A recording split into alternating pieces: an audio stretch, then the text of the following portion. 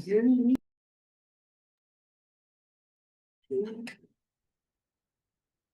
like I'm not.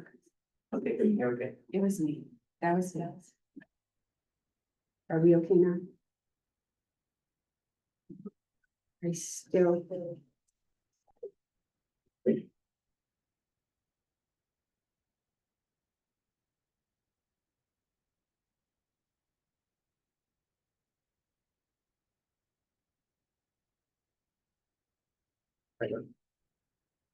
Trustee. Okay, we got rid of that, that echo. Welcome, everyone, to our November meeting. Oh, change slide. Okay.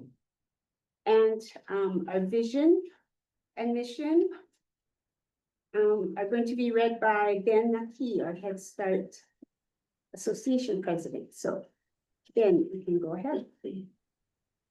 Hi, good afternoon, everyone. Early Learning Board vision, creating a sustainable early learning system that partners with families to ensure that every child is healthy, valued, and successful in school and life. The Early Learning Board mission is to support children's academic and lifelong well-being by directing and supporting the EOEL for an effective, coordinated, high-quality early learning system from prenatal to kindergarten entry. Hey, mahalo, Ben. Let's forget how to. Okay. Announcements.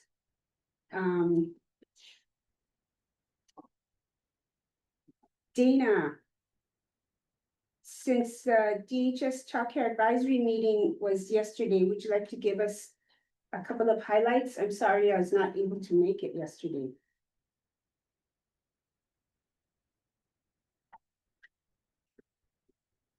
Yes. Hi, yeah. Hi, Elaine. Sorry, can I go a little later in the Okay. agenda? Sure. Sorry. We'll do it at the end then. We have announcements at the end also. Thank you. Sorry, Okay, I didn't thank give you enough advance warning. Sorry. No, thank you. Okay, we'll do roll call.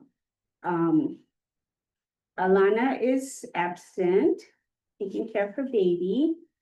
Kauhi is also absent. Cheryl, are you online?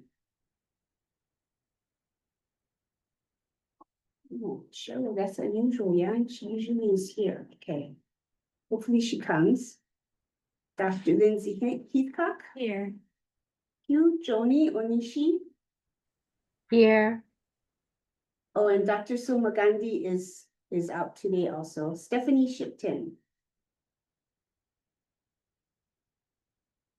Stephanie on? Oh, no? Okay, and I'm here. Okay, so we have to hope that Cheryl and Stephanie show up, because if not, we can't vote on anything. We can still have the meeting.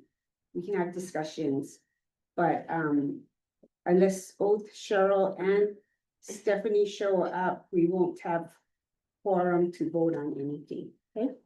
So you can keep me posted, Kevin, if Yes. either of them shows up. Okay, so. Okay, review and approval of the October 9th minutes. Are there any correction? Oh, wait, sorry, I'm not finished with roll call. Hello.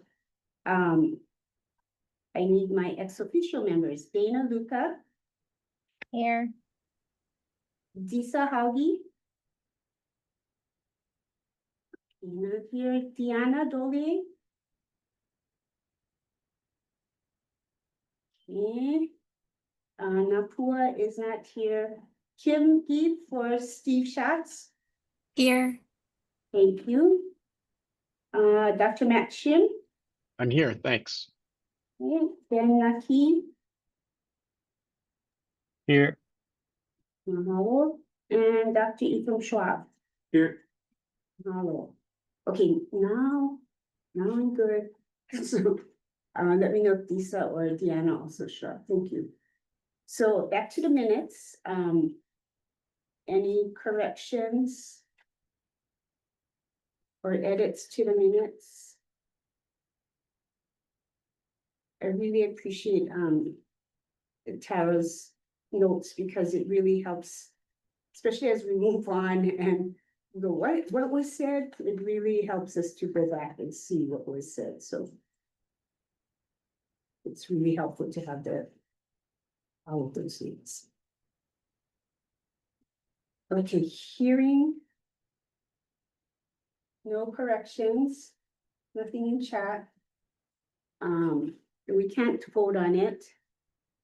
We'll have to do that next month. So we will go on. Comments on the minutes? I'm not seeing anything, we'll go on. So board members' reports. Oh, look, should be, it's not even here. Anyway, Board of Education, Oahu meeting. Cheryl, did Cheryl show up? No. No, okay, shucks. And just Monday, the preschool development grant, early care and education symposium was held. And Kim, did you want to say something for Steve, since you were involved in the creation and carrying out of the symposium?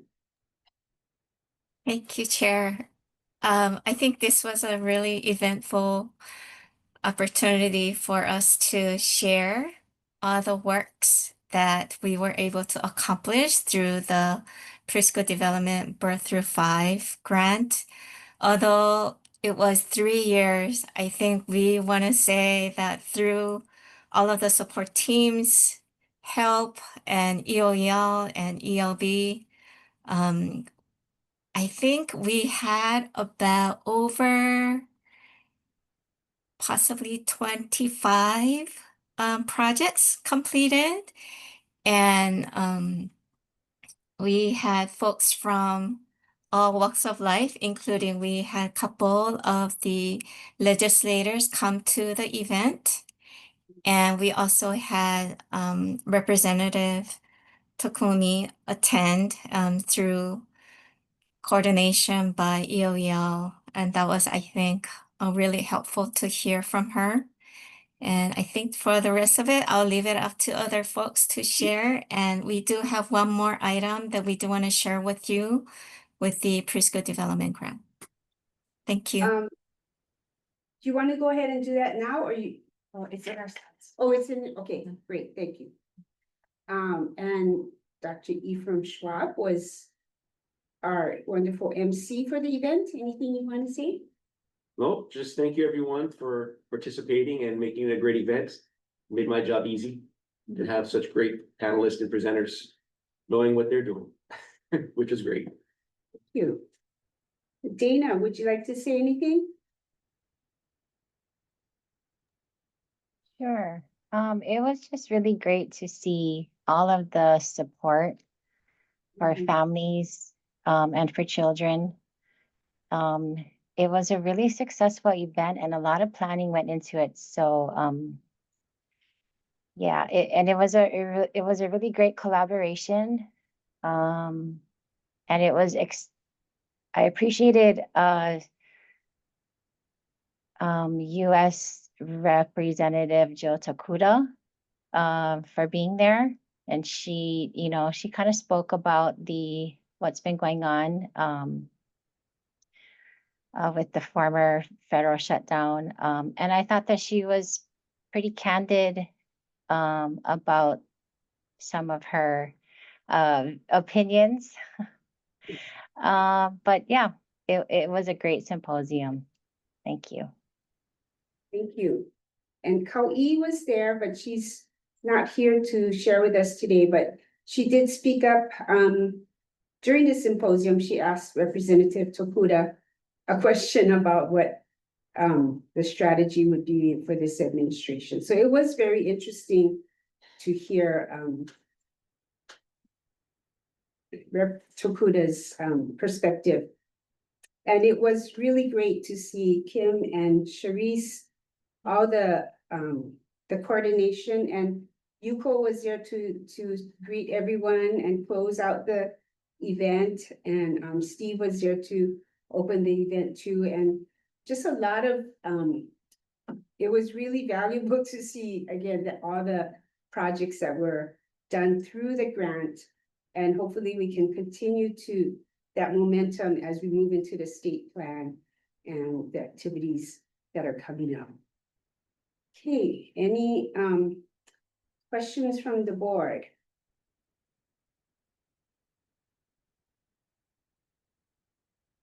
Any comments from the public? Okay, not seeing anything in chat, we'll go on. And I'll give it to you, Paul, and I'll stop sharing.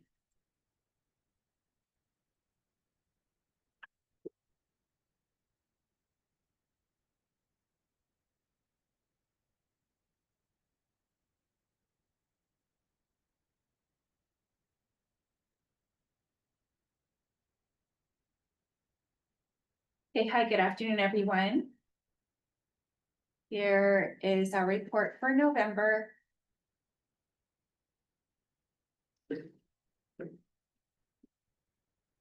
Okay, the first is action item number 1 on workforce development and support. So I'd like to have Ian speak to this. Good afternoon, everyone. I'm Ian Okamoto, Workforce Development Specialist with EOEL. This afternoon, I'd like to share an update regarding the training opportunity that I mentioned at the October meeting, our ELB meeting. Beginning in the end of September, EOEL offered an opportunity to the early care and education community to take part in the online National Administrator Credential program offered through NECPA. And we were able to accept applications all the way through the end of October. And within that time, we were able to support 48 participants in enrolling in the program. And it was really exciting to see the response from the community. Clearly, it was something that I think we're supporting and filling a need. We had participants from Hawaii Island, Kauai, Maui, and Oahu, so across the island, across the state, and then we also had participants joining from across the sector. So we had folks from center-based programs, home visiting, FCILs, family child care, and we also had participants working in policy and advocacy. So it was really really great to see the interest, and was really gratifying to see that we were able to support all of these folks. Interesting note in looking at the demographics, for the majority of the participants, about 75%, the program is their first director or administrator training. And so clearly, we see that this is an area where there is some need, and we're going to continue to look at ways that we can kind of support folks in developing their skills and expertise in administration, program administration, and directorship. I just wanted to share some of the comments that we received from applications. So we asked applicants to share their reasons for seeking the credential, and so just wanted to share some of these comments. So first one is, I'm pursuing the National Administrator Credential to build on my leadership and management skills in early childhood education. It'll help me strengthen my administrative knowledge, support my team more effectively, and prepare for future advancement in the field. And then another participant said, looking ahead, the credential will not only enhance my effectiveness in my current role, but it will also prepare me to lead future initiatives with greater confidence and professionalism. By gaining a stronger foundation in organizational management and leadership, I'll be better equipped to sustain and expand programs, advocate for high quality early education, and create environments where children, families, and staff thrive. And finally, I'm interested in the credential to deepen my knowledge and brush up on my skill set as an administrator. As a leader, it is important to lead by example, and I would like to show staff that there is always room to learn and grow, no matter our position or amount of time we have been in the field. So we're really happy with the level of interest. We're going to continue to look at how we can support folks in this, and we see how this has the potential to lift the field and continue to support the developing professionalism within the field. So thank you for this opportunity to chair. Thank you, Ian.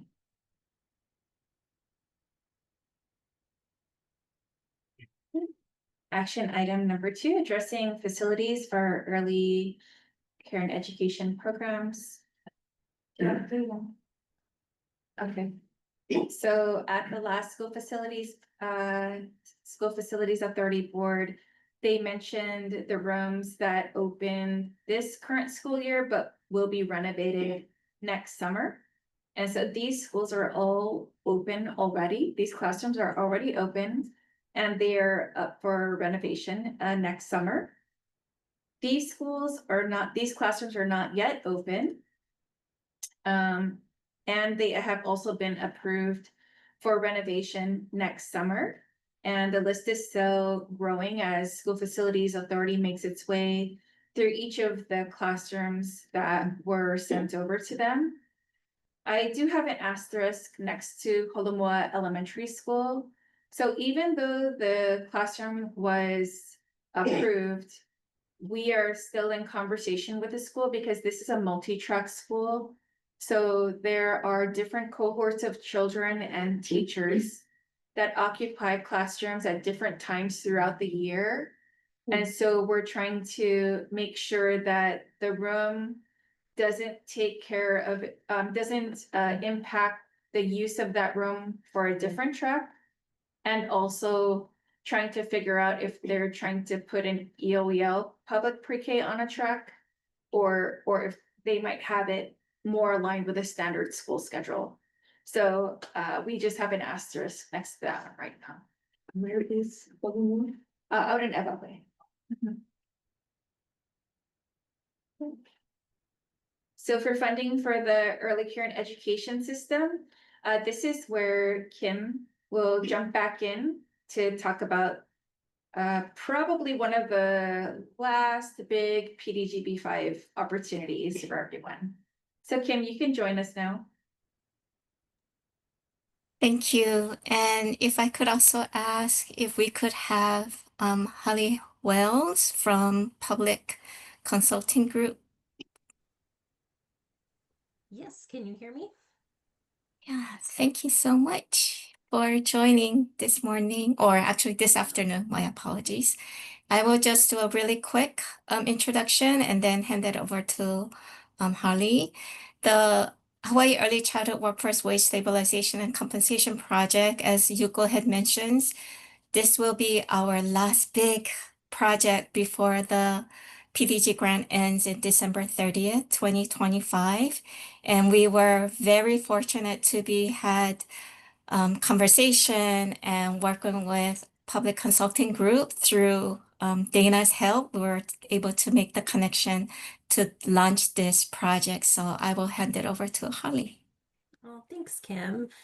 Yes, so my name is Hallie and I'm from Public Consulting Group. Our company does a wide range of work in supporting state and local governments. And as Kim mentioned, we supported DHS last year with the Child Care Supplemental Grant. And so we're very excited to support the Hawaii Early Childhood Workforce Award. And so this initiative, as Kim mentioned, is being funded by the Preschool Development Grant, and it's designed to support Hawaii's early care and education workforce by offering one-time bonuses to eligible instructional staff. So a couple of key things we wanted to share about this program is it is a fast-moving program on a very short application timeline. So the application will open next Wednesday, November 19th. and it will close a month later on December 19th. We are going to host an informational webinar on Tuesday, November 18th at 6 p.m. So you can see there's an email address where you can request the registration link.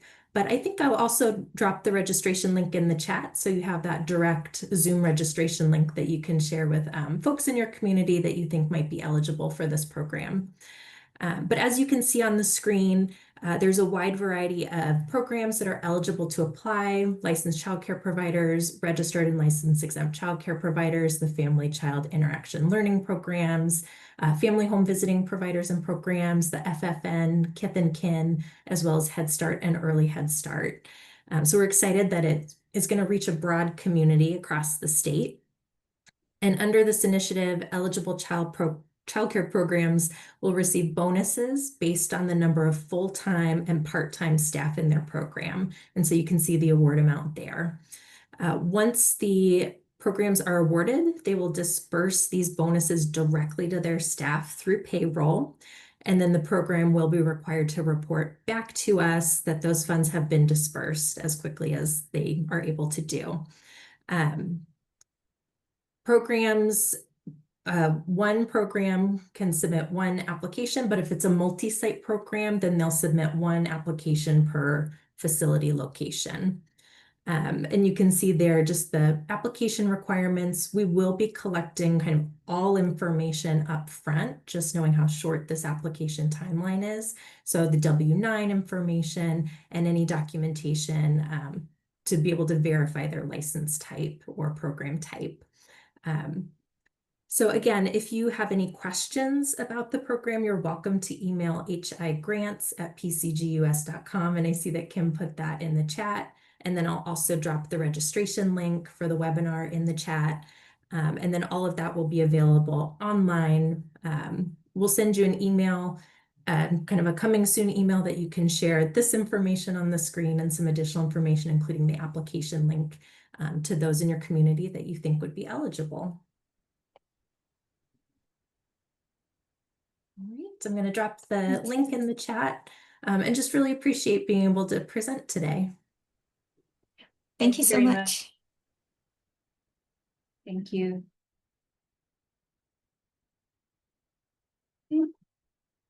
Moving on to action item number 4, addressing program quality improvement and maintenance. Kulule. Hi. Sorry. Hi. Thank you for having me here today. For one of the things that we were able to do with the program was to support some additional trainings that schools and areas have been asking about. And last year, our main focus for professional learning support with the program-wide was regarding positive behavior support in preschool. And so one of the areas, school areas asked if we could support that as well with our related services providers. So Caitlin was able to schedule some time into her schedule to support doing a training regarding positive behavior supports in preschool. And that was to support the Haliva, Wahiwa, and Halamano areas. Thank you, Kulule. It's one of the first times that ELEL was asked to help work with their counselors to think about strategies that they can use for young children on their campuses, as they are now accepting more young children onto their campuses. And now I'd like to open it up for comments regarding those first 4 sections.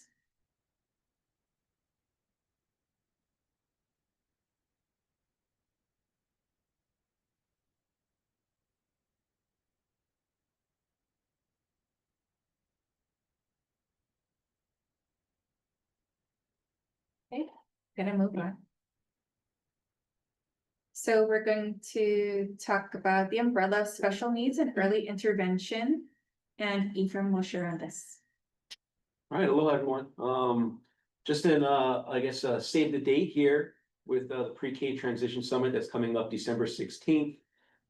This is a follow-up to a transition gathering that we had early in the year to ask the community what are some ways that we could collaborate on the different islands to build out teams that will help children and their transitions from Part C to Part B, from early intervention to the DOE preschool SPED programs. So the purpose of this meeting is solely to bring people together to share and discuss community transition team experiences and look at how that might be built out in the future. So I encourage you to, if you have a team or individuals that you think would like to say to attend this, we did have the registration opened up. And yeah, please attend. Thank you.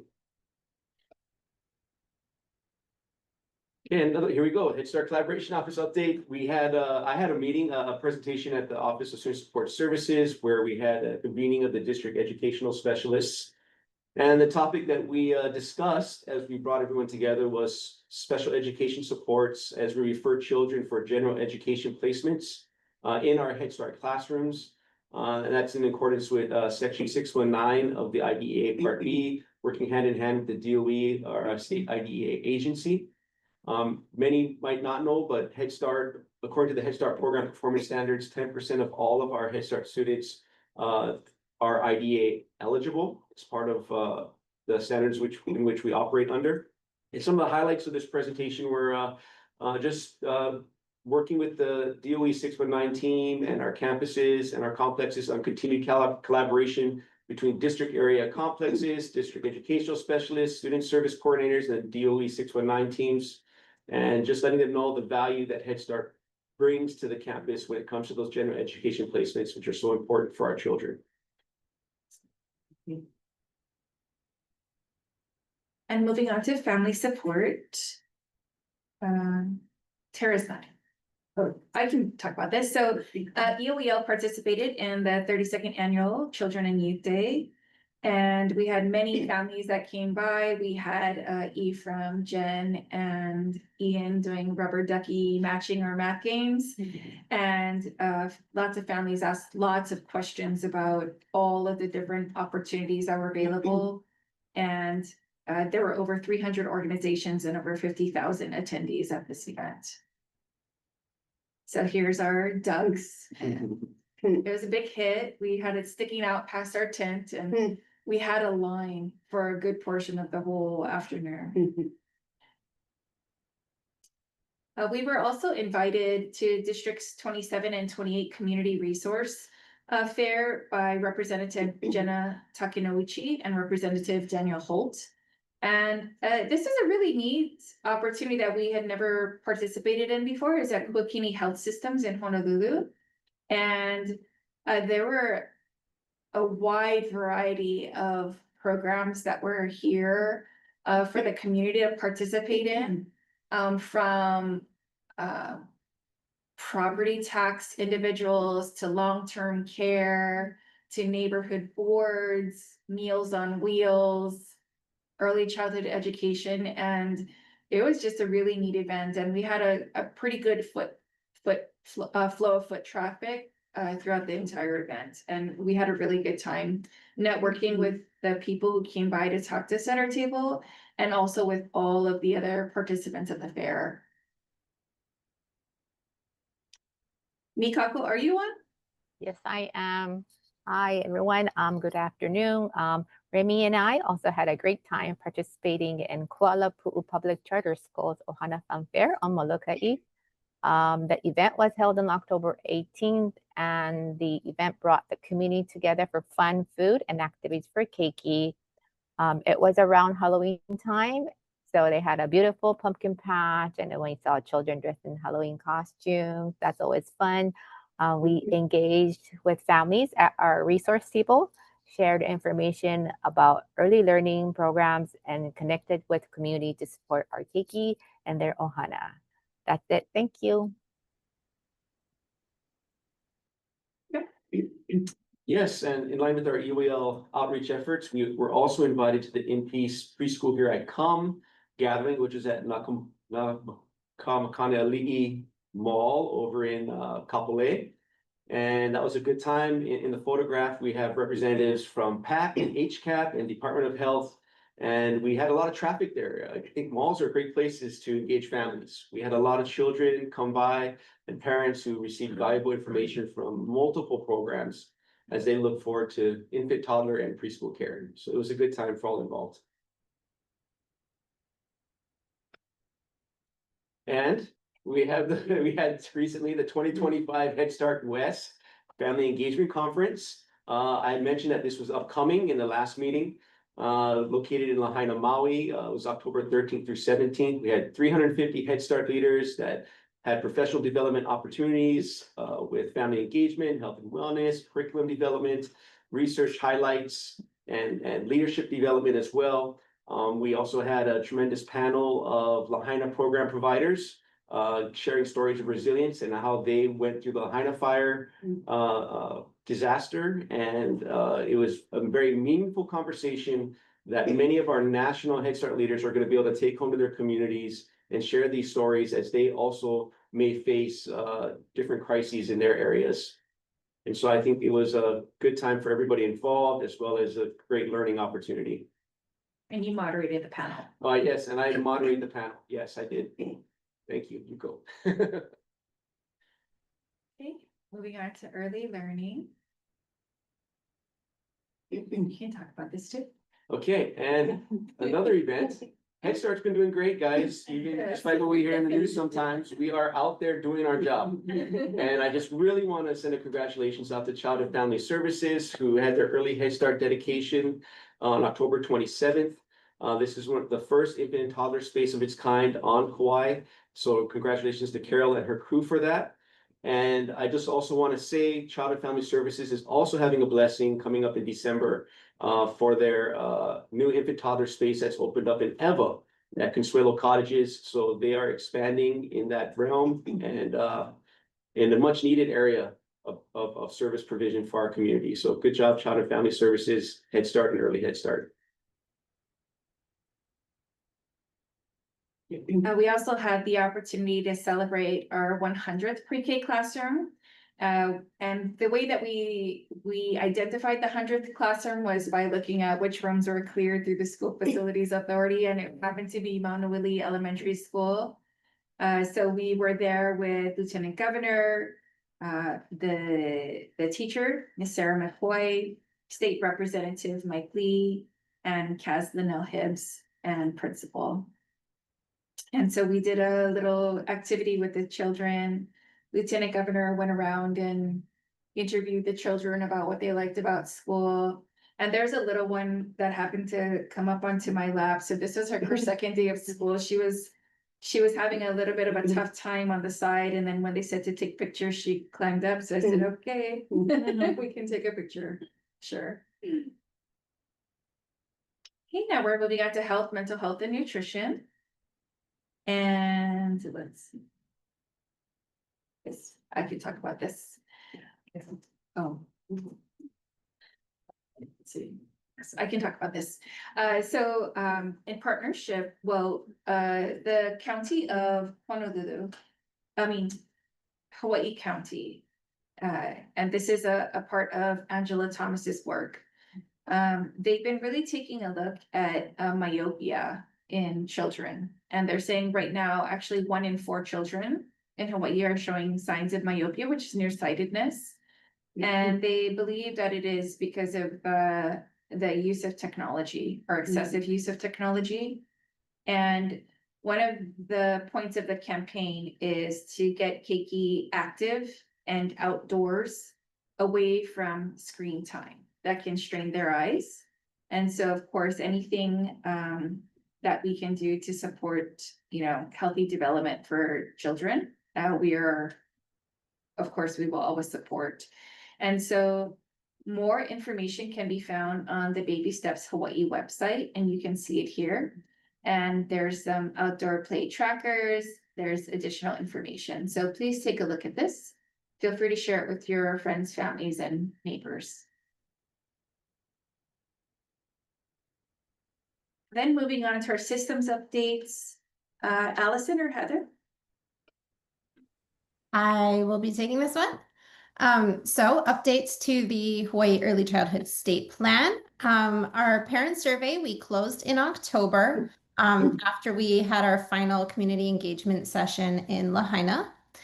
So we finished that out with just shy of 300 responses, but we were excited that we did have meaningful participation from all islands across all 4 counties. The building block committee and steering committee meetings wrapped in October, and the state plan is now in the writing, making it pretty stages. We will be sharing a preview copy of that with the building block committee members and steering committee members next week, just to check to make sure names and everything are reported accurately. And we are anticipating a public release of the state plan in early 2026. Thank you, Allison. So all board members who participated in a building block or steering committee will get their copy of the state plan through their building block committees next week. And you'll have the first opportunity to preview it and offer feedback. And the final, we're looking for a release in early 2026. So will the board have? Yes, so the board is going to get the copy through the building blocks. So if you weren't on a building block committee. So I believe all board members Oh, are okay. on a building block. Okay. Right? Because you assigned people. Well, the voting board members, Yes. and then we have the ex officio members. Yeah, so the ex officios, most ex officios are either on steering committee or they have representation in a building. block. Okay. And then, okay, comments. Perfect. Yeah.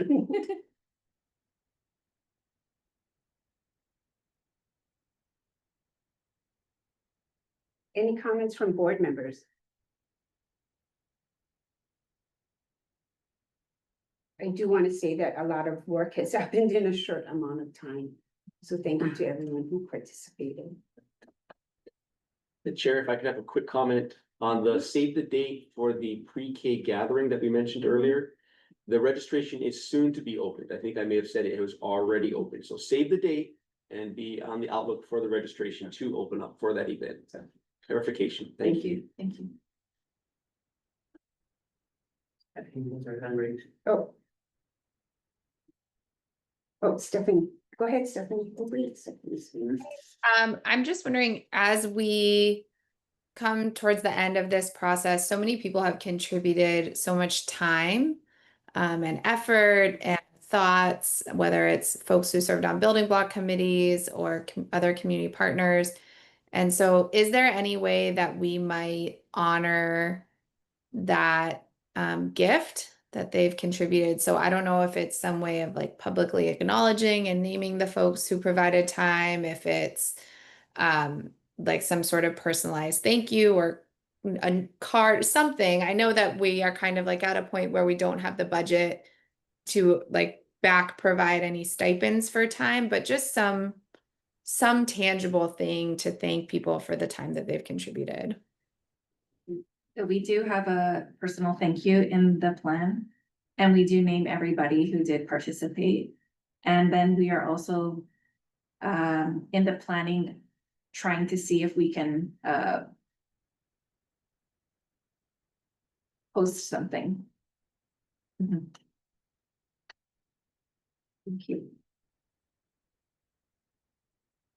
Any other comments from board members? Or from the public?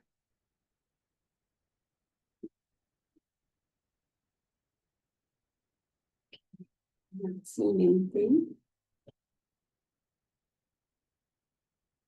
Okay, wow. Once we are like ahead of time, we have a break. We'll do a break for 10 minutes.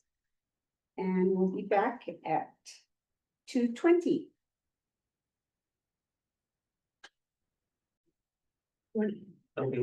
Okay. Okay, welcome back, everybody.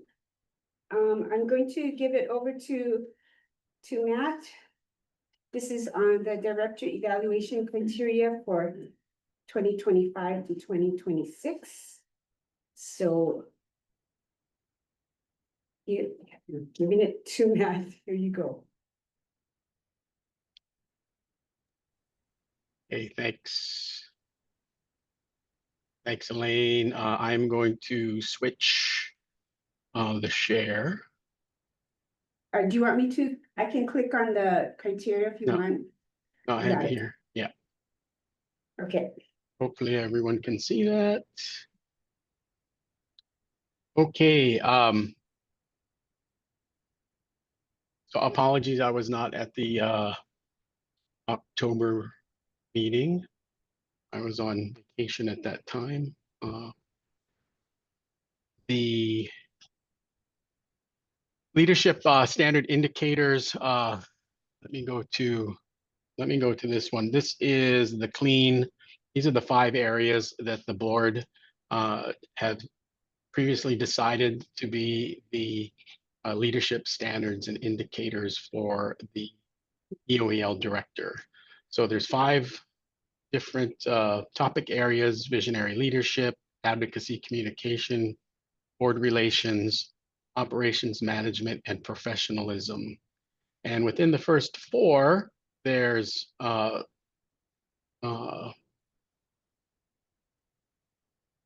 additional indicators. So there's 4, 1, 2, 3, 4 for visionary leadership, 4 for advocacy, 3 for board relations, and 4 for operations management.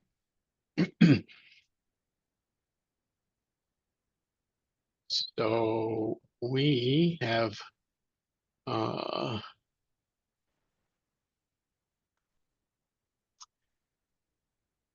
the board has adopted that the director's evaluation period is July 1st to June 30th.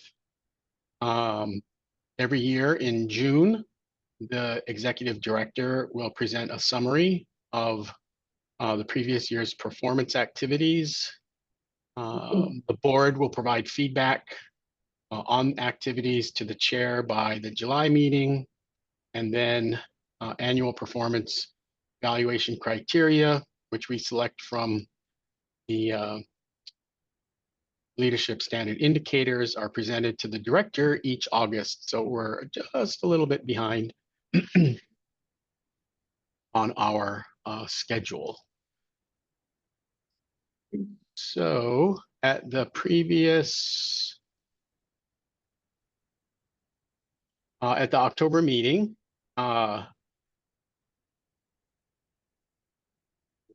Elaine, I believe Elaine, you provided the Yes, this the selection, document. yeah, the selection of proposed criteria for evaluation. So one of the things to remember is the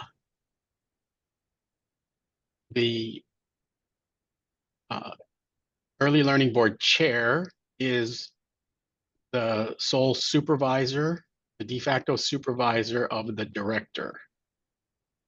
So based on the position, the chair is the supervisor, not the board. So the board selects the chair then supervises the executive director. So the ELB chair has a responsibility throughout the year to review all leadership standards and indicators, 1 through 5, with the executive director. So hopefully I think weekly meetings, do we meet weekly, Elaine? Or every other week? Yeah. Every other week. Okay, so every other week, Elaine's responsible for going through these in some fashion as the supervisor to review progress with the director. The yellow highlights, which we proposed, the governance committee, we met in, I think, June, and selected a few of these to be items that we could get objective measures from the director.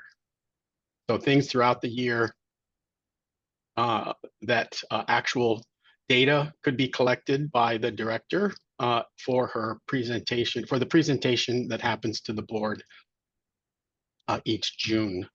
So it was selected 1.1, 1.2, 2.1, 2.3, 2.4, 3.1, and 4.4. So the ones in yellow. And so under those are the actual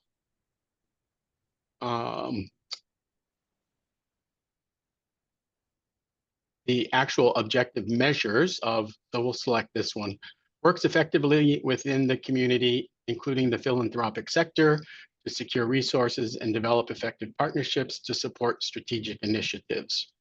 So what the executive director is responsible for at the end of the year is to provide the board with all the different ways you're investigating compensation and benefits, health and retirement options for community-based providers, and the continual expanding access to quality pre-K for 3- and 4-year-olds as part of the Ready Cake initiative.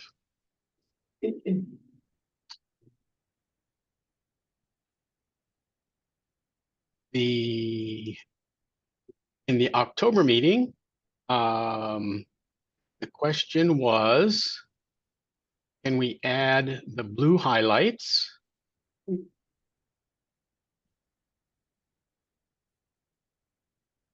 to the annual review? So first of all, yes, we can. They are already part of the annual review because it's the responsibility of the chair to review all of these and evaluate the director. However, we didn't select these because some of them are either covered in other areas where the director is already providing us updates, or it was very difficult for us to determine what would be a concrete objective measure.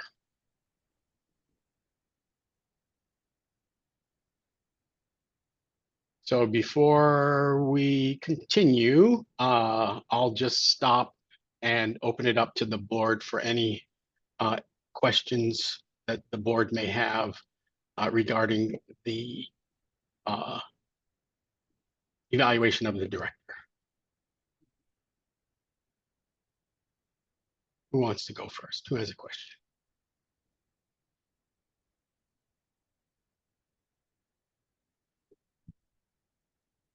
Hi, Matthew. This is Joni. Can you repeat what you said about that there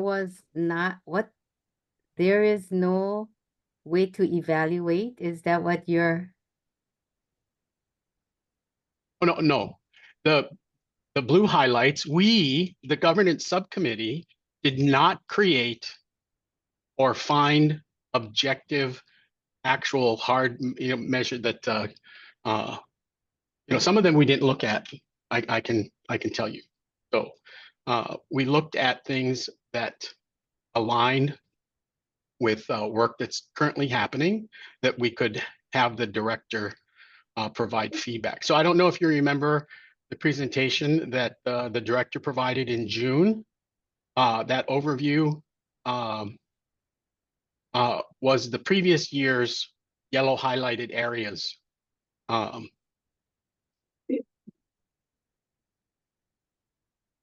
So it's not that there isn't measures.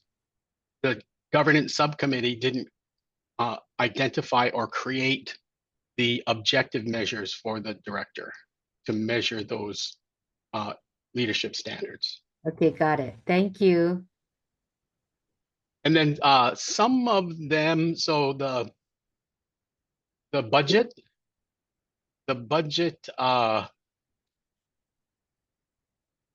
originally the some of our initial discussions of the subcommittee was during I guess September, well, I guess during the actual budget creation timeline, the director has to create the budget requests and submit them through the DOE to the governor. So those budget updates are presented by the director, and then during the budget budget hearings and legislative process in beginning in January until the budget bill is finalized, the director every month at the board meeting provides an update of the budget asks, what has been approved or not approved. So that was not we felt that all the information is in the presentation and or the minutes. So it would not be something that the director would have to additionally provide to the board in June as part of the annual review. We decided to focus on other topics. So other questions board members may have.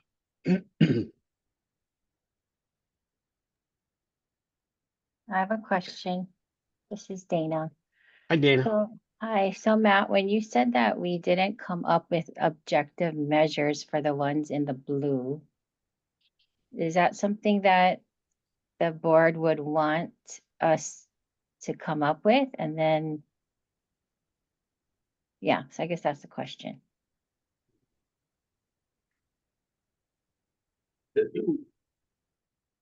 We can, absolutely we can. However, just remember, we now are postponing the director's evaluation criteria that we were supposed to have done earlier by August to now December or January. So the purpose was, I mean, ideally the purpose is to have criteria presented to the director in the first quarter of the evaluation period. So July, August, September. So in August, we can. However, we will have to, number one, create them, and then again present them to the board for approval before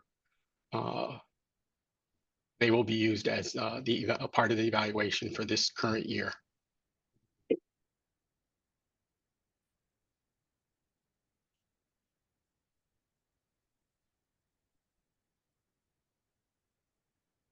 So Matt, did you just say that the blue highlighted areas would not be part of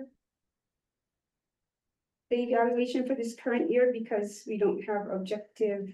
No. Oh, okay. All areas 1 through 5, Mm-hmm. the chair is responsible for evaluating those throughout the year. Correct.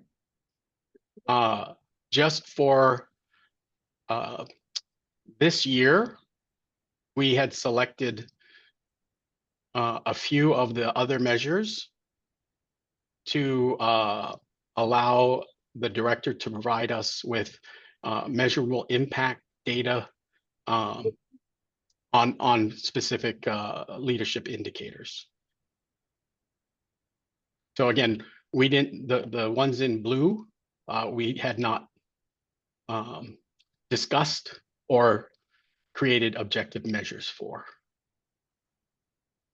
However, all of these are reviewed by you, the chair, and evaluated for the final evaluation at the end of the year.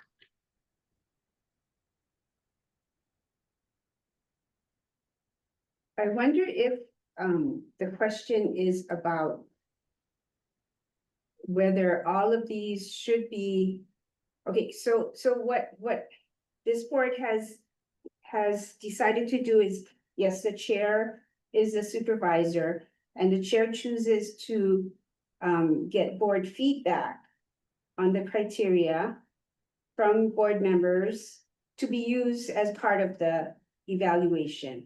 Correct. It's anonymous, and everybody had a chance to make comments. I'm wondering if, I was kind of hearing questions about whether all of the criteria should just be part of it.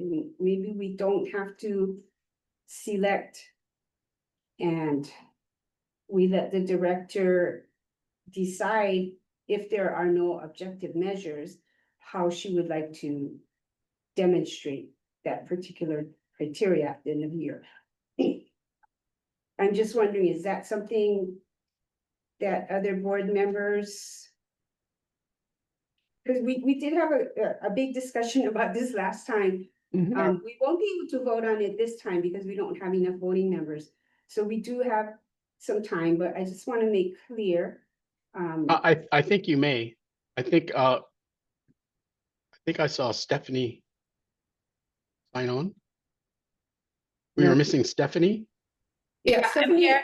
I'm here. Stephanie's here, but we need Cheryl too, because we still only have Oh, four voting members present. You need. oh, okay. Yeah. Elaine, this is Joni. Yeah, that was a big discussion, I think, at one of our previous meetings, in that like, why were only certain ones selected, and what about the others? But then, and I know one of the other one, there was a that I guess members felt strongly about, was the budget. But then, as Matthew, you pointed out, that would be like part of Elaine's report anyway, or feedback anyway, right?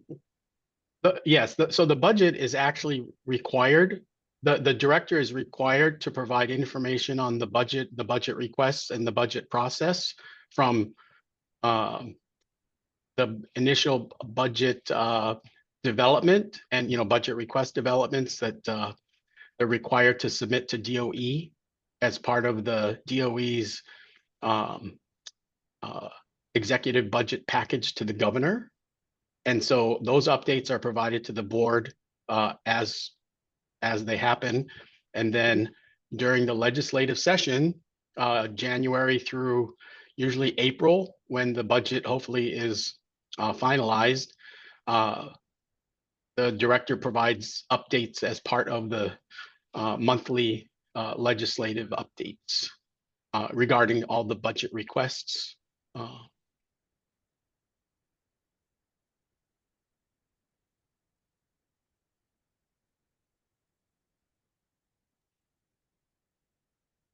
Personally, I'm satisfied with that process. Much of it is on you, Elaine, though. So, whether you're comfortable with this.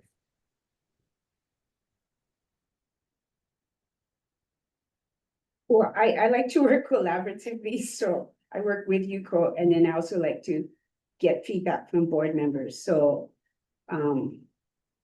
I'm comfortable with whatever the board feels they need to appropriately evaluate. If we do all of the criteria, or if we highlight some of them and not all, either way is fine with me. So previous discussions, the board at the end of the year, given just these leadership standards and indicators, originally the board was asked to provide feedback to the director, or excuse me, to the chair on these. And the complaint we got from the board was, well, what's the measure? Because they were just, right, they were asked to, did the director align resources, including staffing, strategic initiatives, and office organization, to support the development of a system for early learning statewide? And then you were asked to provide feedback on that. And then the board members said, well, how is that measured? So we said, okay, we have to come up with a measure.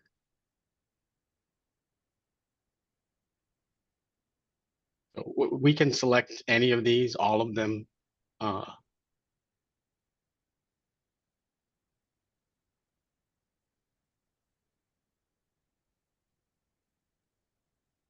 So opportunity for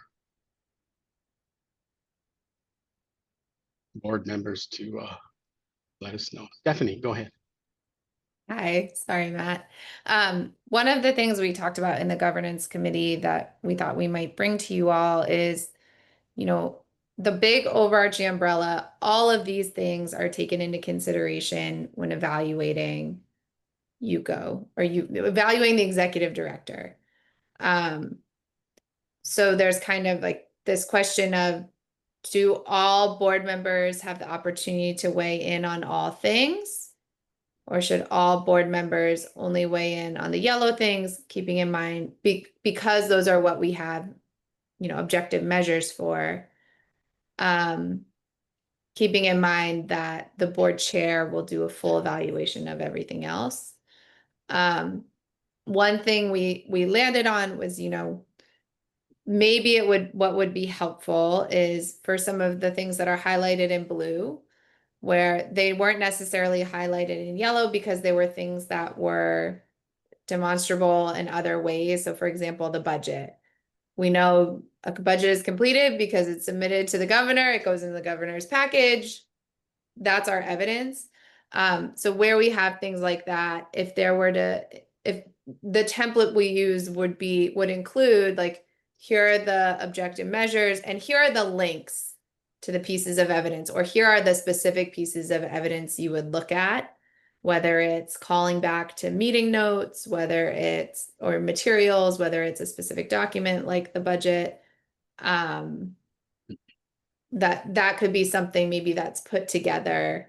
So it's not necessarily about tiering the components. It's more about identifying, okay, these ones we have objective measures for, these ones, you know, again, there's some tangible products we would point to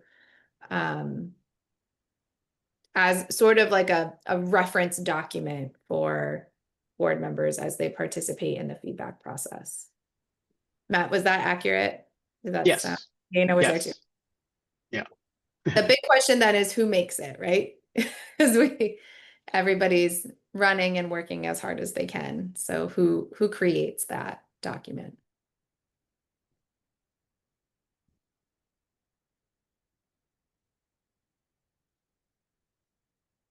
So I'm wondering, because the director did have her sections of her portfolio that were linked to each section of the evaluation. If something there was missing, that would have helped a board member make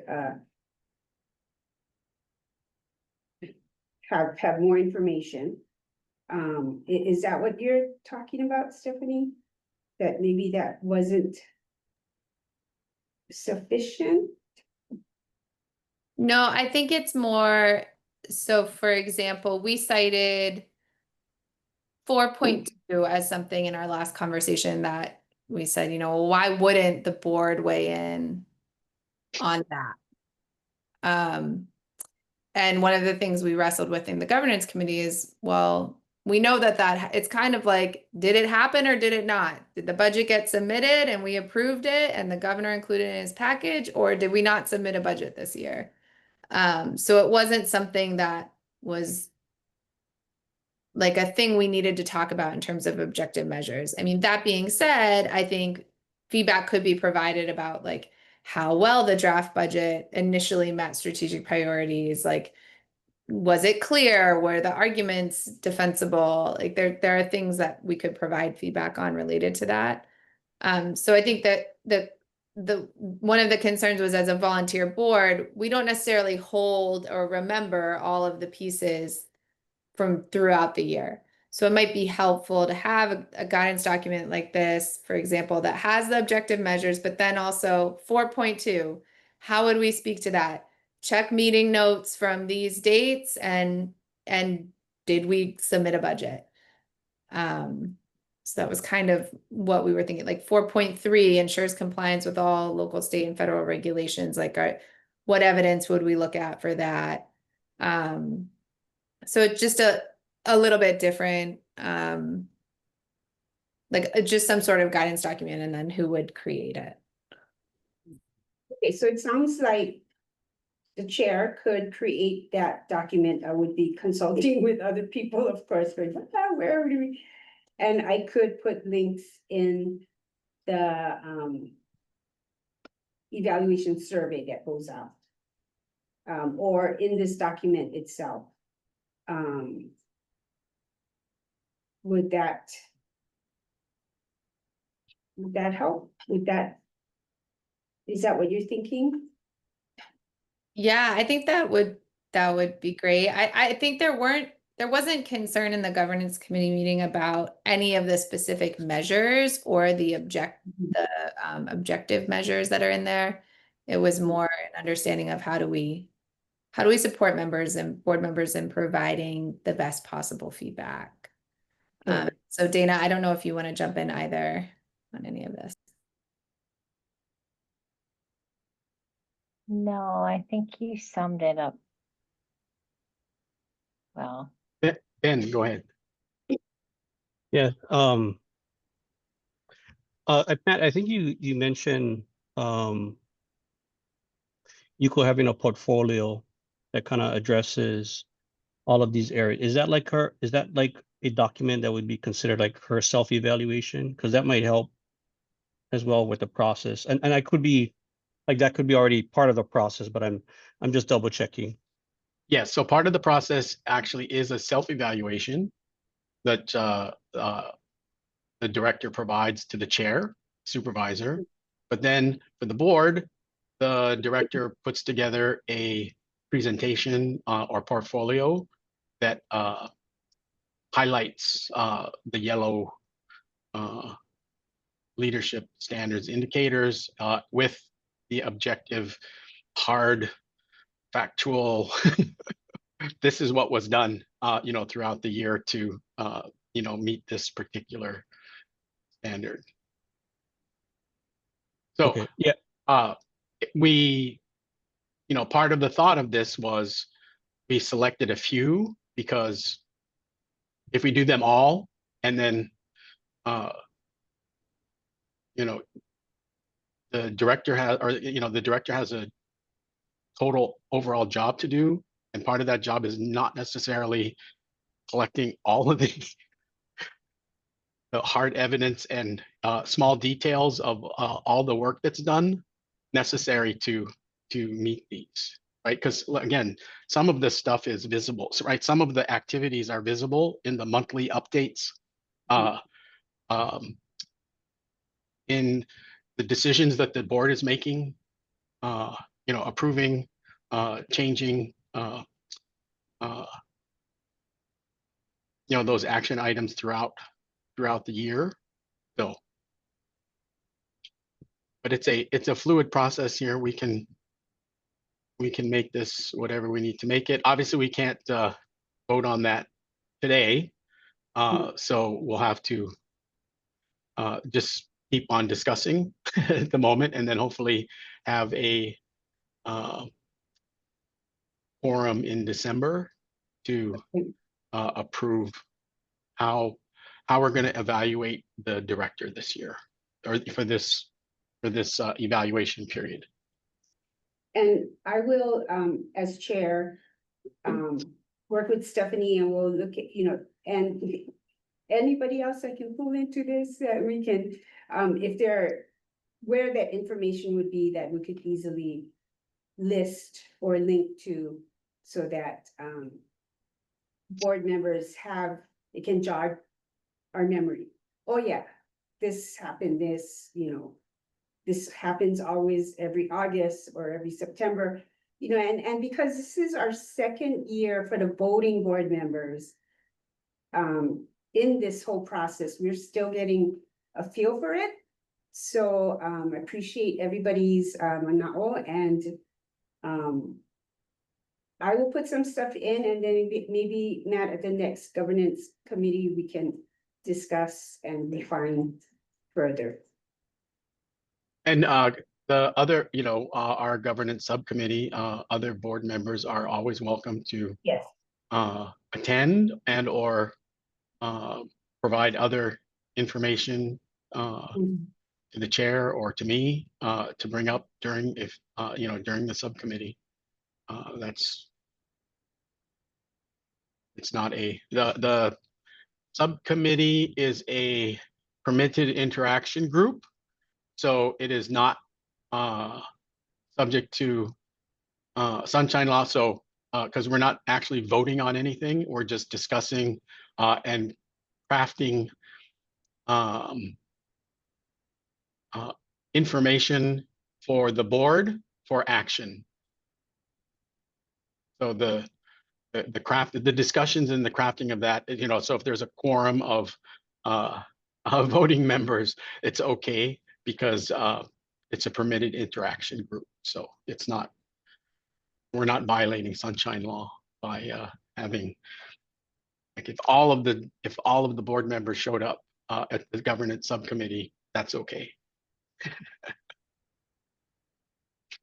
And the next subcommittee meeting is? Our next subcommittee meeting, Looks like the 28th. the 28th. However, that's the day after Thanksgiving, so I think I'm moving that to Wednesday, but I don't know. Okay. I have to send that out because Okay. I don't think I'm pretty sure people are going to be shopping on Black Friday or doing other things on the day after Thanksgiving, even if it's watching football or recovering from all the good food that people had on Thursday. Okay. We'll look for that email. Okay, so and I did get a text from Cheryl, and she's under the weather. She tried to come, but she really couldn't make it. So we will be voting hopefully on this issue in the next meeting. And there will be more refinement of the document. So yes. Board members, if they have any board member, if you again, if you have ideas or if you want to provide input to the governance subcommittee, just email me and I'm happy to share that with the subcommittee when we meet, and then hopefully craft the next round of evaluation criteria to vote on. Thank you. Okay, the next item is the state plan update. So I'm going to give it to. Wait. Sorry. Public comment. Oh yeah, thank you. Thank you for the reminder. Any comments from the public? Yeah, I'm not seeing anything in chat. Okay, thank you for the reminder. So we'll go on to the plan update with Nicole and her staff.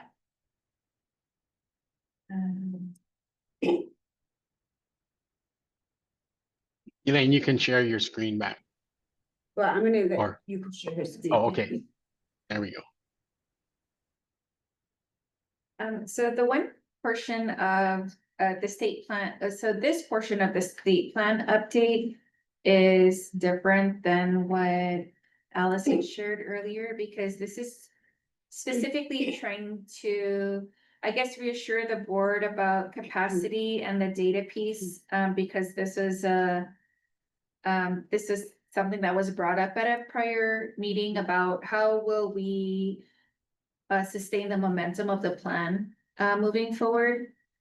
And so in terms of data, well, let me go down. So back when we were looking at our legislative proposals and priorities, we had two specific ones that we proposed to the board that were accepted and we submitted with the thought that we knew we were going to have to carry out the work of the state plan after its completion. So the first one was to convert the two federally funded PDGB 5 temp positions to permanent general funded positions. So these are two program specialist 4 positions for family support, outreach, procurement of opportunities, multilingual supports, and also state plan support, a pulse on community concerns, coordinating across discipline teams.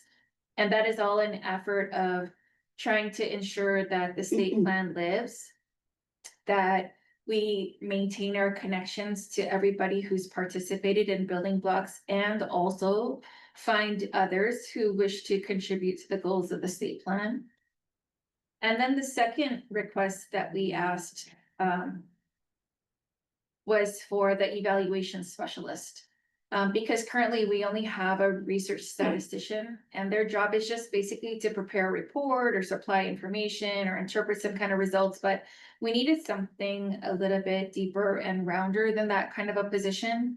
So, and that is why we asked for an evaluation specialist who can help us specifically with these next steps for data. And so right now, what we're actually working on, I'm gonna just stop sharing because I don't have slides for this, but what we're working on right now is looking at the data code book for the state plan. And this master planner data code book is going to be the comprehensive guide of the volunteering data for the state plan. And the purpose is to clearly describe each of the data elements, its source, its use, and this is to support the transparency and clarity in the data collection process. The code book is going to be used to organize the data that the committee members volunteer to share. It's going to help to establish the clear framework for future data collection and reporting. And for each of the building blocks, EOEL is committed to requesting the information that participants indicated that they were going to provide, ensuring that only the necessary data is collected. And it's going to be summary level, so it's going to be aggregated. No individual records, personally identifiable information is going to be collected. And it's going to permit EOEL the ability to analyze broader trends and patterns while protecting individual privacy and reducing the workload for data providers and the data analysis. And so starting next week, Wested is working with EOEL to finalize these initial versions of the master code book based on the existing commitments from people in the building blocks and what they're going to be sharing with us. They're going to be organized by action priority. That's going to indicate how the data might be used to show progress towards these state plan goals. And the code book is also going to include information for each data point that will support us in collecting the data, like a description of the data, the contact information for the source of that data, and then when or what frequency and also in what format this data is going to be available. And so this is to help us ensure a user-friendly statewide structure for collecting this state plan data, while also being mindful of the provider's burden and prioritizing this actionable information. So next year in 2026, we're going to begin outreach to these data providers to request summary data sets as specified in our code book. And then from 26 to 30, continue to refine this code book and framework as the feedback is received, and possibly additional data sets might emerge for our state plan. And so this specific update in this block of the agenda on EOEL's behalf is just to reiterate that we were already looking ahead at the transitioning of the state plan beyond its creation when we asked to create our 2 temp positions from PDGB 5, which were created to help uplift the state plan work, the family engagement, community outreach and networking. And then also knowing that we needed something a little more robust than a research statistician. And then that's where our request for the evaluation specialist came in. And to let the board know that we are already working on our master code book with the information that our building block committee members have offered to provide. So I do wanna thank you very much, Nicole, and I want to point out that, when the first state plan was created in 2019, EOEL was at a very different place with very few people. And since 2019, the office has expanded and, there's a lot of capacity in the office to do a lot of this work that we want to see continue as we were engaged in the creation of that state plan. So really, thank you for that. And so just to clarify, it's in the governor's budget request? What is it? It's in the board's budget request too, though. Our board is a board's budget request to governors. Yeah. Okay, so it's in the board budget request to the governor to include it in his budget request. Decisions not made by the governor yet about that. Okay. So. Okay, so the decision hasn't been made by the governor yet, but that's the request that has been put before the governor. So Yeah. this Yeah, is go ahead. so what happens if you don't get the positions? Oh, so we are still committed to funding the position internally. Or As but, a temp, be a temp. as a temp, still as a temp. Yes, it would be a temp position. Mhm. Oh, okay. Yes. But there are positions. You already have the positions. You just need the money. So the PDGB5 positions we established as a part of the grant, so they're considered temp right now. We have found a way to be able to support those positions. We just want them converted to permanent. For the evaluation specialist position, it's already been established and created as a temporary position. We just want it to, because at the point when we created it, we have enough right now.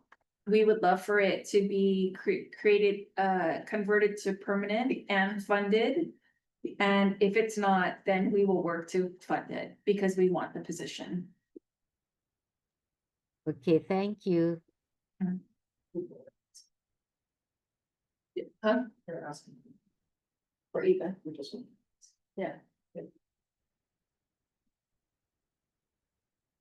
Any other questions from board members?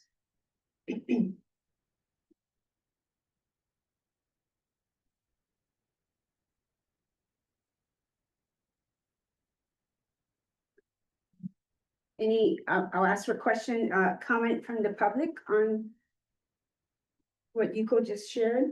Any comments?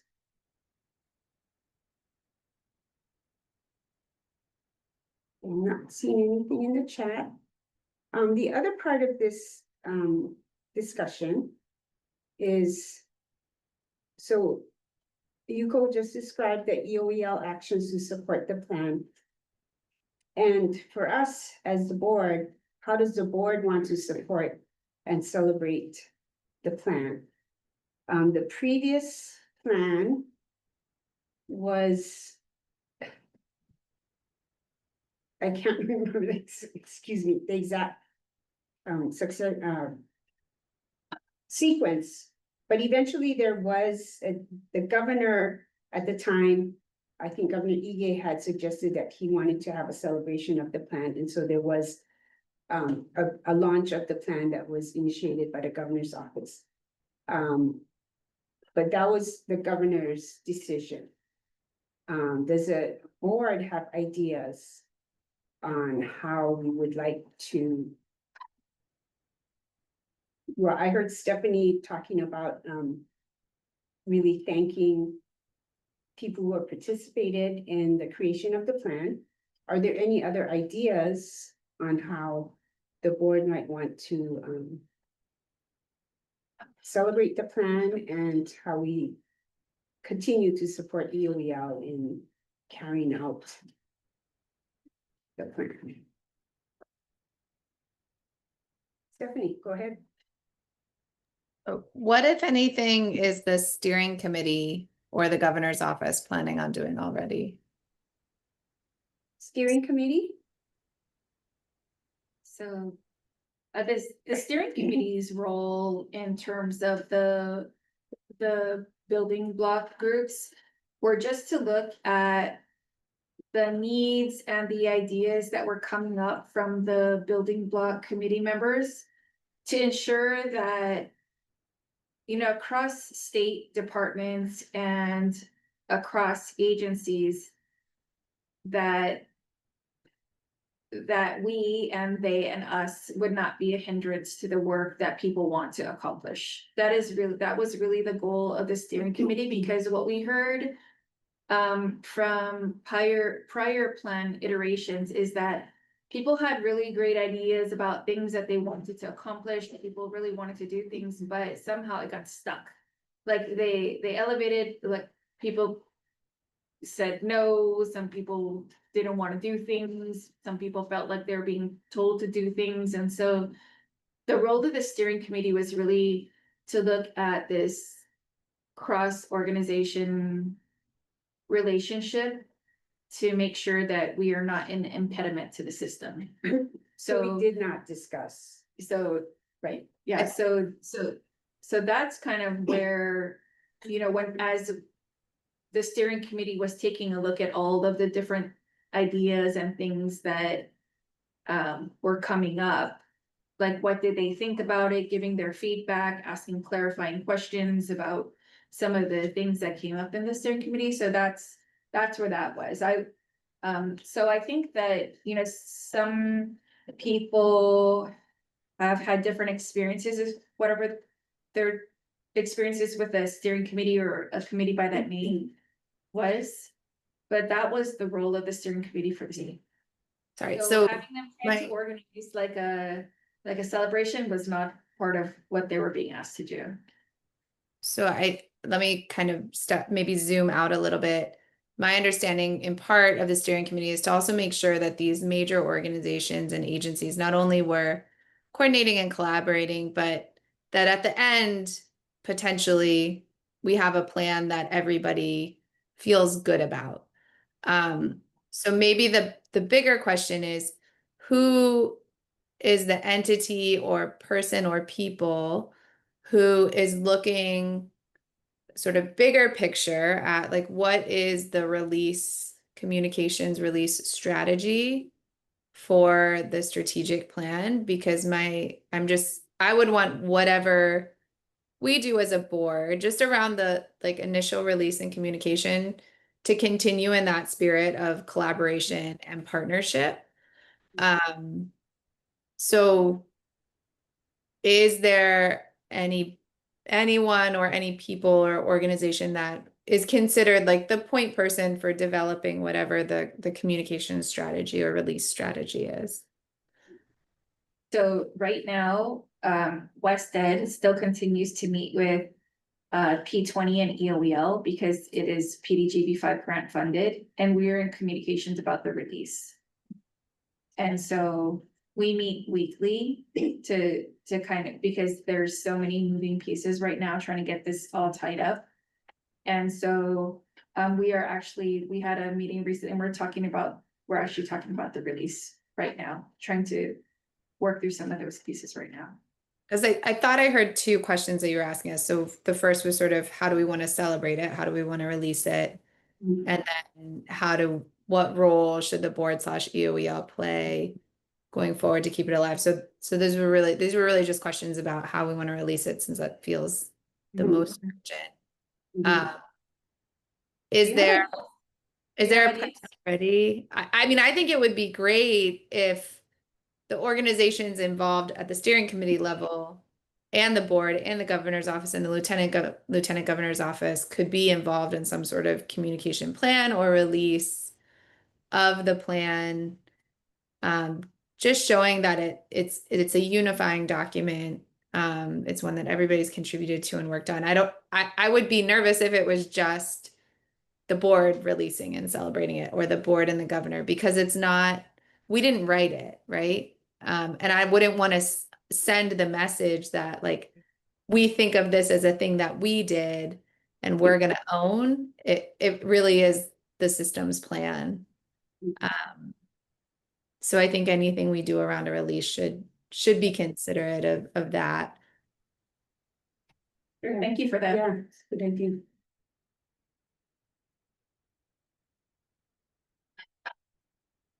Any other ideas, comments from the board?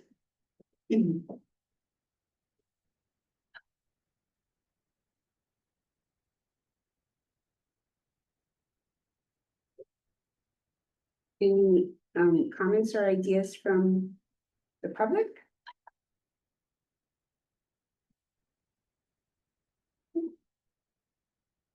You're not seeing anything in the chat. Let me see if I can get that to my.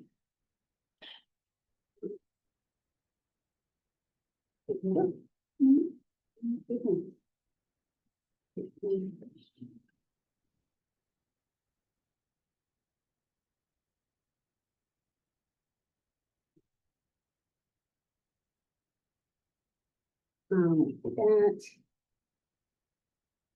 Okay, so we, oops, sorry. Go back.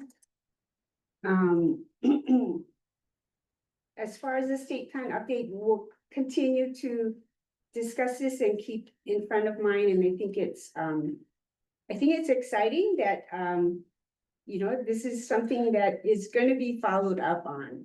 We are now, EOEL has a capacity to, bring groups together, to track the data, to see where, the gaps are, and to start addressing and bringing people together to address the gaps. So I think it's a really exciting time, and thank you everybody for their involvement.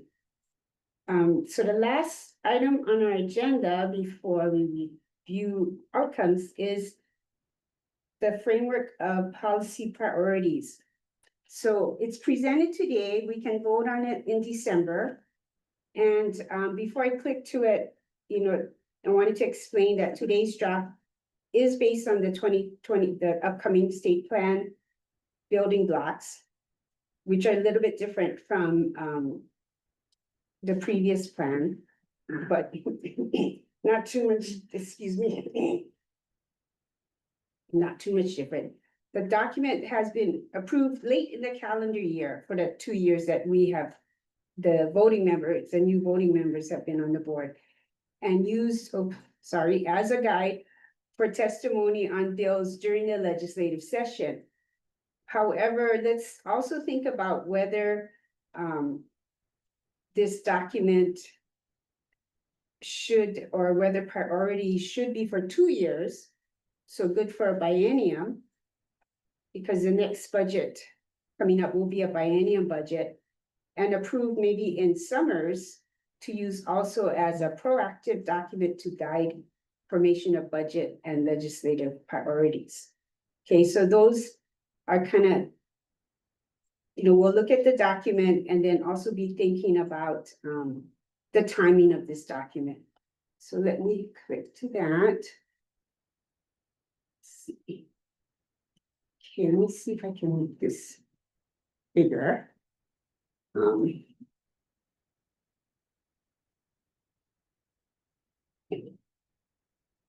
Okay. Of course, you can't see it now. Okay.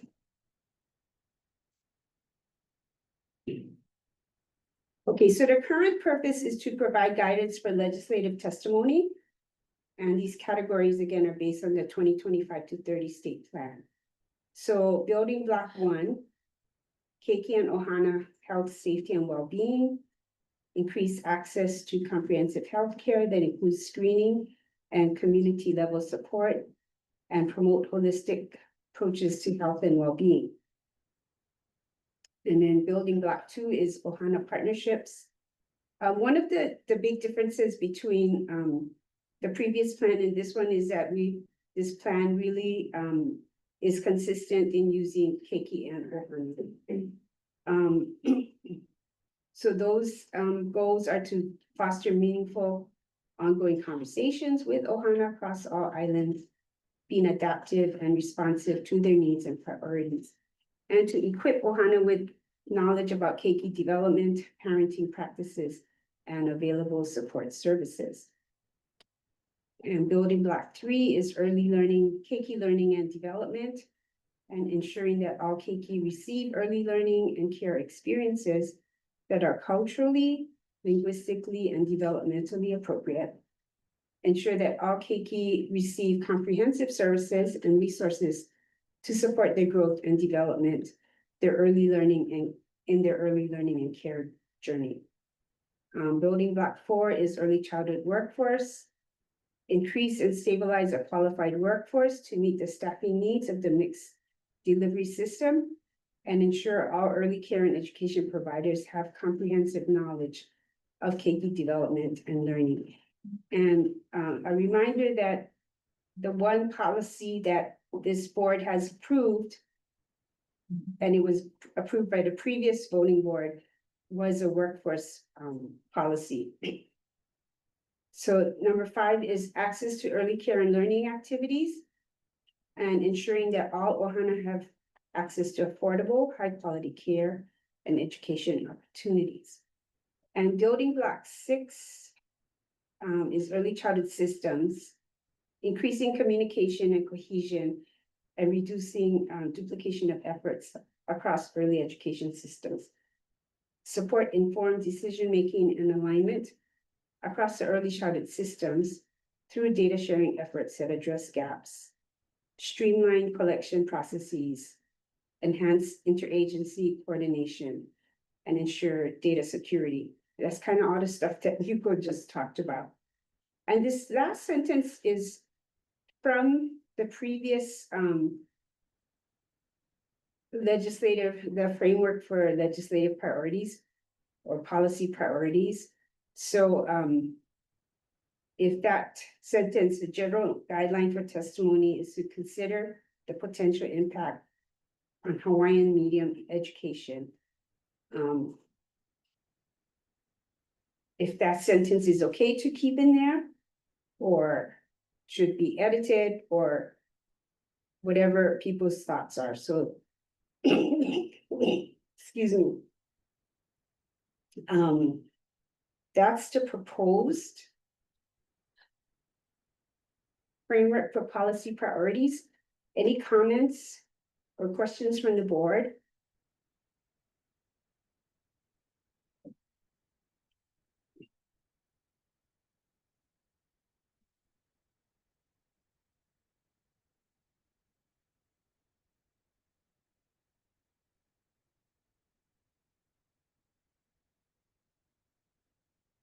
I think I would like to ask Yuko and Jen, if these, as these are stated, does it provide enough guidance for legislative testimony?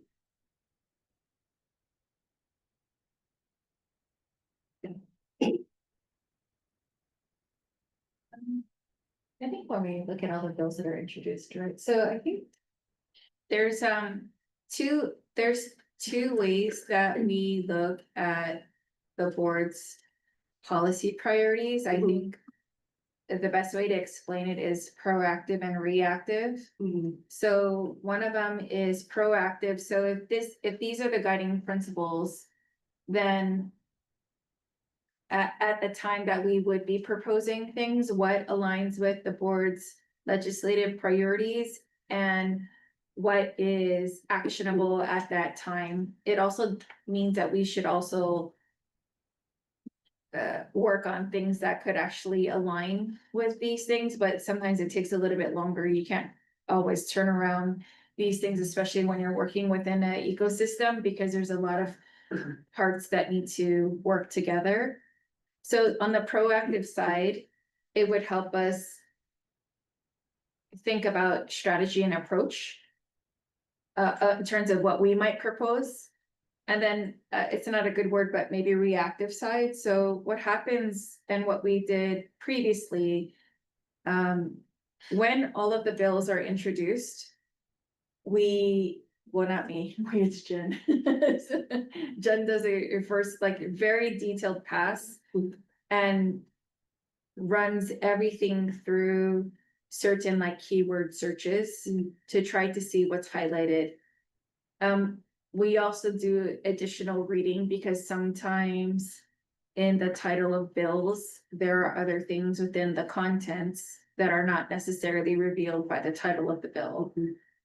And when we do that, we think about, is this aligned with the board's priority? So let's just say something like, we say something like workforce. Like if we use workforce as a keyword, but everybody's talking about workforce and it has nothing to do with early childhood, then we would scrub those off. And so her initial passes come up with thousands.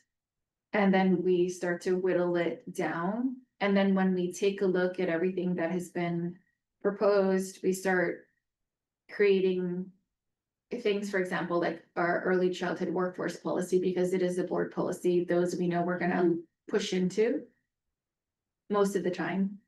And then the other ones we have to do research on. Some of them we just watch, some we monitor, some will provide testimony. So that's how, I don't want to say, but on the reactive side, we utilize this to help us in the upcoming session. At this point in time where we are right now, all of our, as Jen mentioned, when we were talking about our budget and our bill request earlier, that there's a frame under which all state agencies are functioning for this upcoming session. So, so we would use this if it should get, well, we can't vote today, but maybe in December, we would use this to help us take a look at all the bills that get proposed for this upcoming session. Do you want to add anything else? Maybe because the last priorities that were identified did follow the state plan, the prior state plan building blocks, which is part of the reason why the chair is structured this draft this way. Yeah. But I would maybe just remind the board that there's no reason it has to still follow this model, right? But if it is the board's desire to follow this model, this is one way potentially to support the state plan, right? Because if you're gonna adopt the building block goals as being the structure under which the policy priorities are identified, then that is a way to connect the board to the state plan.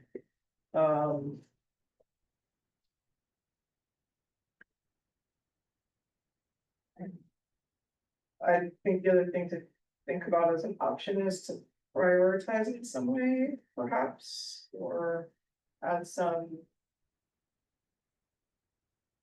But that would be more valuable probably on the proactive side of things. You know, if we were to be using it for preparation for the 2027 session. Probably a little less helpful in the reactive framework.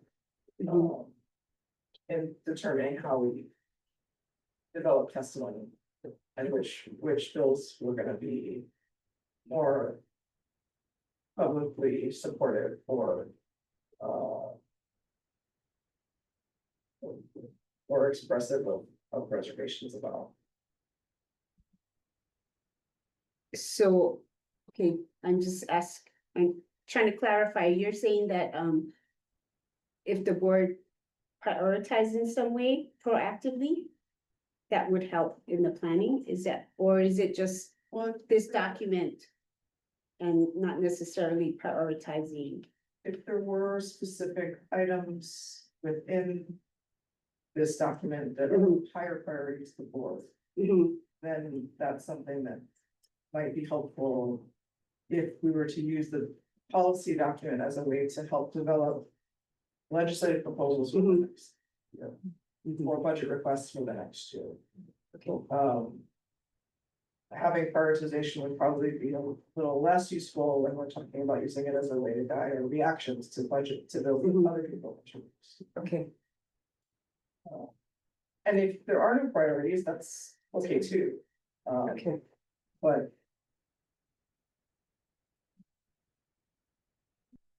So, It is helpful though. okay, So having this does help I know me, think about, would the board be okay with us saying something about this? You know, or is this aligned with something that the board feels is valuable? Or would want us to have some comment about, or really work towards, or, you know, something that it is helpful instead of guessing. So I appreciate having The guidance. something to guide, Yeah. yes, yeah.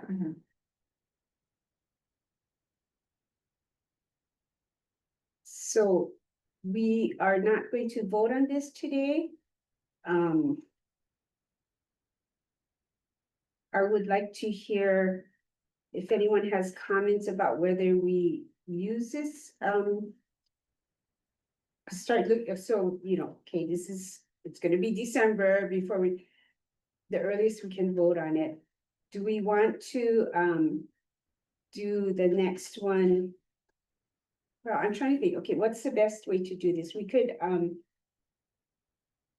decide next month whether we want to have this as a biennium list and review before the next session, but kind of approve it as here's for the next biennium. Here are the priorities, okay, so we could do that.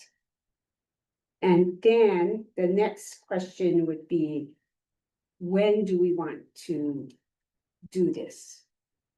We're doing it now for the 2026 legislative session. Do we want to wait again till next December for the 2027 session? So it depends on whether we approve it as a biennium or not. And then if, I think, okay, I'm thinking out loud, you guys help me. If we decide that we want to do it as a biennium document, then that means we should review it in the summer. Yeah, does that make sense? If you want to follow the biennium of the legislative plan, then we're about to enter the second year of that cycle, so. You would approve it next summer for the next 2 years. Okay, so, If that's the cadence you want. oh, okay, okay. But we could, like, so we could still use this, Mhm, and let's just say if you wanted to carry it forward to the next biennium mhm, and review over the summer, okay, it could possibly push out 2 years. okay, But definitely, like, after each session is done, like, you start working on the next, right. so. Okay, any comments from board members or questions?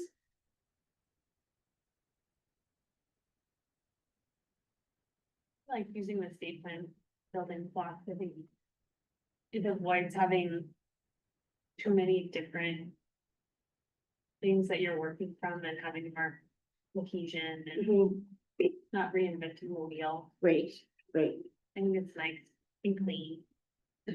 yeah, keeping it simple, right? Yeah.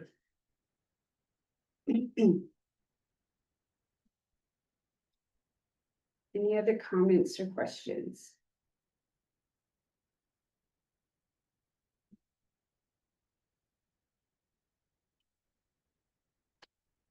Okay, from the board, are there any comments or questions from the public?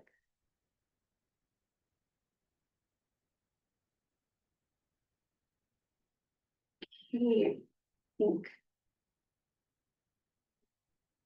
since I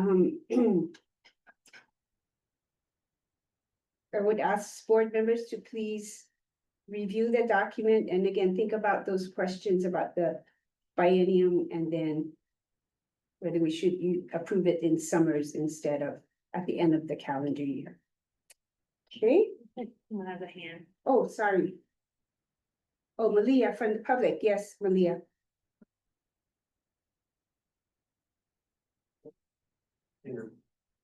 Hang on, Malia.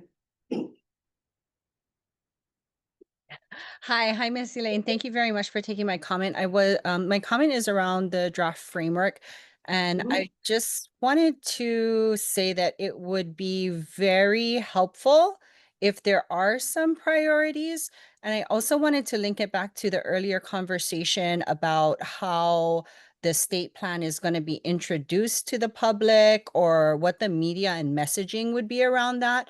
Because I think if we can start thinking about the policy priorities with regard to the biennium and moving forward, the launch and messaging around that is going to be very impacting on the level of engagement and support that we get from the public.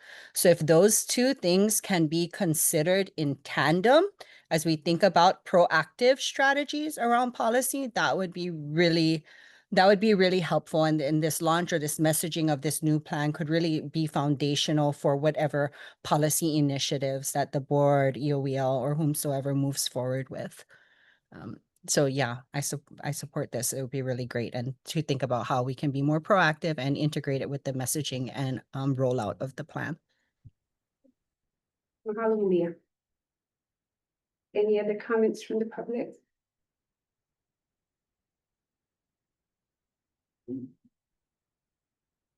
Okay, I'm going to. Oh, this is. Oh, there are public comments. Oh, okay, agenda outcomes, we're not able to vote on anything today. So we will vote next time on minutes from last meeting and also from this meeting. And the governance committee is going to meet again, and I will work on the suggestions that were put forward about the evaluation criteria and a little more information linked to those. And we'll come back with another refinement of the criteria. And let's see, I think those were it. And next meeting, Framework. the policy framework. Oh, yeah, are you gonna have that? No, we're not voting on it today. We're presenting today, and then the vote is supposed to be December, and we couldn't vote on it anyway, because we unfortunately don't have quorum today. It's the first time that we don't have quorum, so we've gone full year and a half. Okay, so announcements from board members. So Dana, your turn. Okay, thanks, Elaine. Okay. So DHS had its quarterly Child Care Advisory Committee meeting on Wednesday, yesterday. And I'll just keep it brief of the information that we provided.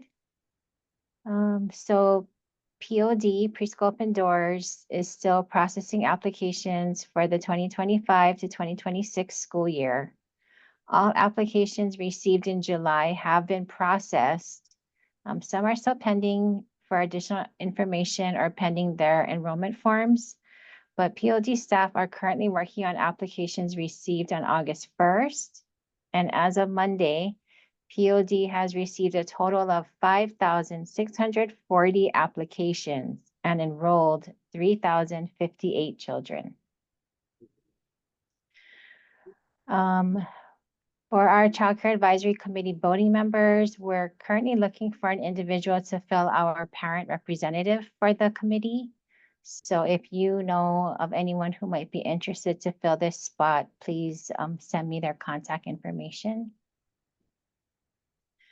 We formed a subcommittee under our Child Care Advisory Committee regarding DHS infant and toddler qualifications in our administrative rules. We asked Caroline Soga from Honolulu Community College to lead the subcommittee. And they are incorporating the work that was done by ECAS. I think they have a infant and toddler work group. And then some of their participants are also on the subcommittee.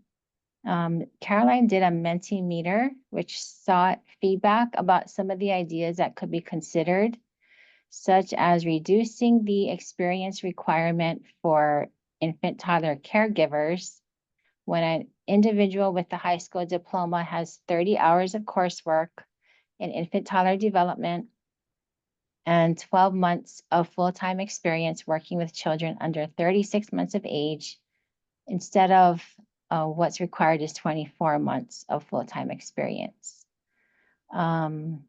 Overall, I think everybody who participated in that survey agreed with that suggestion. And then what would happen is the proposal for DHS to consider rule amendments to its infant and toddler caregiver qualifications would be presented at the DHS Child Care Advisory Committee meeting where it would be voted on. And then the department, if passed, and the department would consider them in its next rule amendments.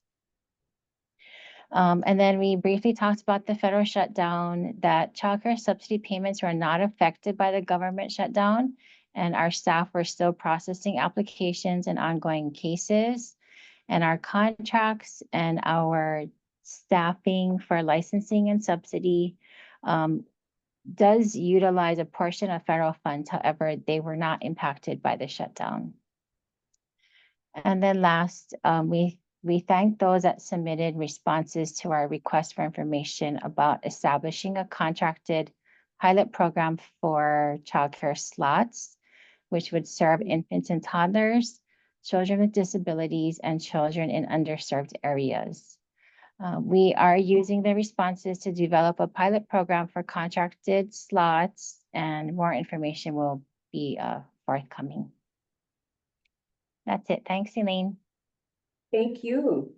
And as I was talking with Dana, she was talking about whether this would be a member update, yeah? And I was, oh, that's a good thing. We haven't had that on our agenda, like board member updates as an agenda item. So as we work on the next agenda, we'll look at including that. And so board members just know that if you have an announcement or you've had a meeting or an event and you want to talk about it, then you could talk about it at the board meeting. Any announcements from the public?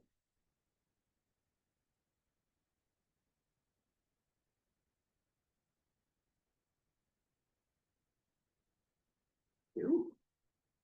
Okay. And mahalo nui to Christina and Lynette for letting us use the Seed Center, and Kevin for preventing us from getting Zoom bombed. And the quote for today is from BB King. If you owed enough, then you owed like me. If you're BB King, lose guy. The beautiful thing about learning is that nobody can take it away from you. And so keep on learning, you guys. Mahalo for coming. Take care. See you next month.